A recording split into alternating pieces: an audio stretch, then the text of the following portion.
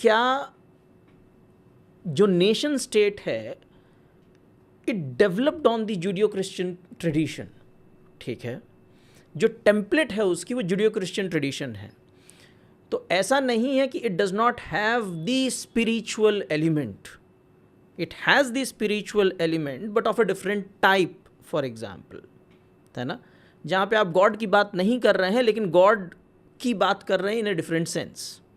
For example, you assume that human being is created in the image of God and therefore human being can do whatever God wants him to do.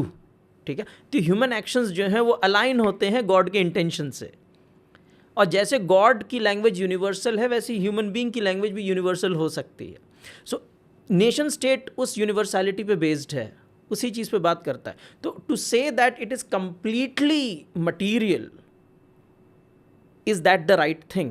That is one thing that I would like to understand. So even if it is a secularized material conception, is it devoid of the spirituality, or probably जिसको आप कहें more accurately, is it devoid of any theological connotation or basis?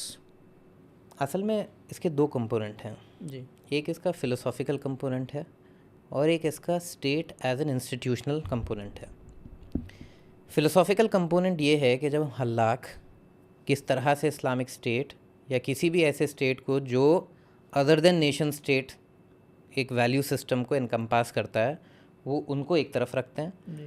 और एक idea of nation state जो एक फ़िलोसॉफ़िकल construct है जिसमें एक सर्टन सेट ऑफ अजम्पशंस हैं. सॉवरेंटी होगी तो ऐसी होगी, किसकी सॉवरेंटी होगी.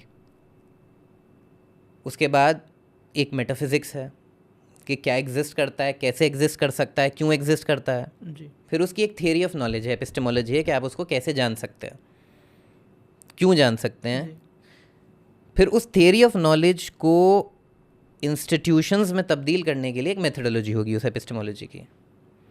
मेटाफिज़िक्स है तो उसकी एक ऑन्टोलॉजी भी होगी कि भाई मेरी एग्जिस्टेंस जो है as a individual, as a collective, इसकी क्या रियलिटी है, कंपोनेंट्स हैं. जी.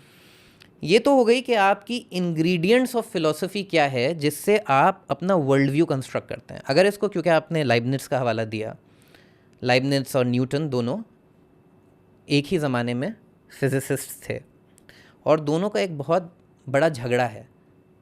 जो रॉयल इंस्टीट्यूट जो है उस टाइम पे साइंस का जो सोसाइटी था उसमें वो झगड़ा आगे गया. न्यूटन का भी क्लेम था कि उसने कैलकुलस बनाया है, एब्सोल्युटली, और लाइबनिट्स का भी क्लेम था उसने कैलकुलस बनाया. जी. न्यूटन क्योंकि एक क्रिश्चियन बिलीविंग फ्रेमवर्क से अपनी फिलोसॉफिकल कंस्ट्रक्शन कर रहा था तो वो एक यूनिफाइड कंटिन्यूअस मोनिस्ट रियलिटी में बिलीव करता था क्योंकि क्रिश्चियनिटी में मोनोथीज़म है. और उस फिलोसॉफिकल कंडीशनिंग की वजह से जो कैलकुलस उसने कंस्ट्रक्ट किया वो इंटीग्रल कैलकुलस कहलाता है. कैलकुलस के दो हिस्से हैं, एक डिफरेंशियल कैलकुलस है, एक इंटीग्रल कैलकुलस है. इंटीग्रल कैलकुलस क्या करता है कि वो मैथमेटिक्स के प्रिंसिपल्स को इस्तेमाल करके डिफरेंसेस को इंटीग्रेट कैसे किया जा सकता है, कि एक कर्व कैसे एग्जिस्ट कर सकता है, उसके ऊपर आप प्रिडिक्शंस कर सकते हैं, मैथमेटिकल मॉडलिंग कर सकते हैं. उसके बनिस्बत जो लाइबनिट्स था उसका फ़लसफ़ा उसके बिल्कुल विपरीत और अपोजिट था.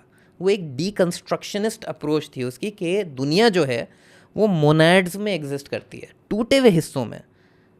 इतने छोटे छोटे जो मोनैड्स होते हैं वो कंस्ट्रक्शंस इन इटसेल्फ हैं, थिंग्स इन इटसेल्फ हैं जो एक पर्टिकुलर आइडिया को कंप्लीटली रिप्रेजेंट करते हैं और वो एक डिसजॉइंटेड रियलिटी है.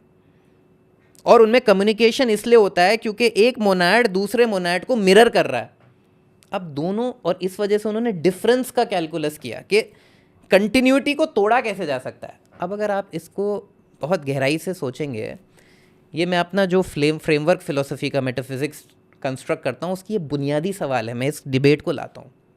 मैं ये बोलता हूँ कि ये जो डिबेट है ये एक प्रॉब्लम ऑफ फ़िलोसफी है, जो बर्ट्रैंड रसल ने भी बोला अपनी किताब में. क्या दुनिया कंटिन्यूअस है या दुनिया डिस्क्रीट है, टूटी हुई है? अगर दुनिया कंटिन्यूअस है तो आप और मैं अलग अलग क्यों है? ये प्रिंसिपल और डिफरेंस कहाँ से आ रहा? और अगर दुनिया डिस्क्रीट है तो हमारे बीच में कंटिन्यूस लैंग्वेज, कंटिन्यूस वर्ल्ड, ये सारी चीज़ें जो हमें कम्युनिकेट करने दे रही हैं, केमिस्ट्री, बायोलॉजी, जिसमें कंटिन्यूटी ऑफ एग्जिस्टेंस है, वो कहाँ से आ रही है? ये एक फंडामेंटल प्रॉब्लम है फिलॉसफी की, जिसको कोई भी फ्रेमवर्क अभी तक डिसॉल्व नहीं कर पाया। क्या दुनिया इन्फिनिट है या फिर लिमिटेड है?